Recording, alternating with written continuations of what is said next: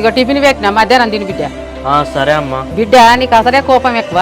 పనిచేసే కాడ ఇవ్వాలి ఏమన్నా అన్నట్టు నువ్వు అసలే పట్టించుకోకు, నీ పని నువ్వు చేసుకో. నేనెవరి జోలి పోతేనే నా పని నేను చక్కగా చేసుకుంటే. బిడ్డ ఈ పైసలు ఏమన్నా అవసరానికి అత్తయ్య తీసుకోపో.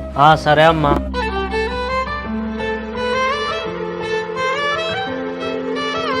హలో అత్తమ్మ.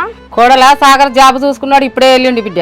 అవునా అత్తమ్మ, అయ్యిందేదో అయింది. ఇప్పుడు సాగర్ మంచిగా మరి జాబ్కి వెళ్తున్నాడు కదా, అదే మనకు సంతోషం. అవును కోడలా, ఈ జాబ్ మంచిగా చేసుకుని వాడు దారిలో పెడతా మనకు అంతే సంతోషం.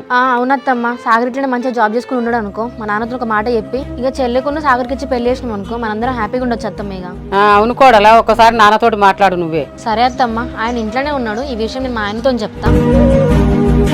ఏమండి, అత్తమ్మతో ఇప్పుడే మాట్లాడినా, సాగర్ జాబ్ చూసుకున్నాడట, వెళ్ళిండు కూడా ఇవాళ. తమ్ముడిగా మంచిగా జాబ్ చేసుకుంటా ఇన్ని రోజులు జరిగిన అన్ని మర్చిపోతే ఇక అదే సంతోషం. అవునండి, మళ్ళీ ఒకసారి నాన్నతో మాట్లాడి సాగర్ స్వాతి ఒకటేలా చేద్దాం.